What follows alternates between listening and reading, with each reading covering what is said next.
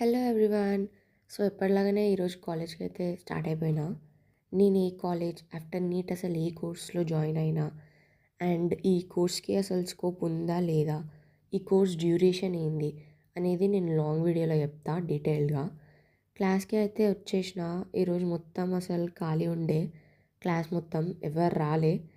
ఏదో ప్రొటెస్ట్ నడుస్తుందంట కాలేజ్లో కూడా. ఇంకా నా ఫ్రెండ్ బ్రేక్ఫాస్ట్ చేయాలి అంటే క్యాంటీన్కి అయితే వచ్చేసినాం. ఇంకా ఇక్కడ బ్రేక్ఫాస్ట్ అయితే కంప్లీట్ చేసుకొని మా వర్క్షాప్ గురించి డిస్కస్ చేస్తున్నాం. వర్క్షాప్ వచ్చేసి మాకు స్టూడెంట్ డెవలప్మెంట్ ప్రోగ్రామ్ పైథాన్ మీద. ఇంకా ఎవరు వచ్చినా రాకపోయినా బీజీబిలీ సార్ అయితే పక్కా క్లాస్ తీసుకుంటారు.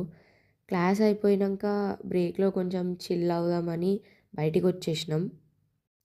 ఇక ఐస్ క్రీమ్ తింటూ చిల్ అయినాం. అండ్ వర్క్షాప్ గురించి కాల్ వస్తే మళ్ళీ క్లాస్కి వచ్చేసినాం.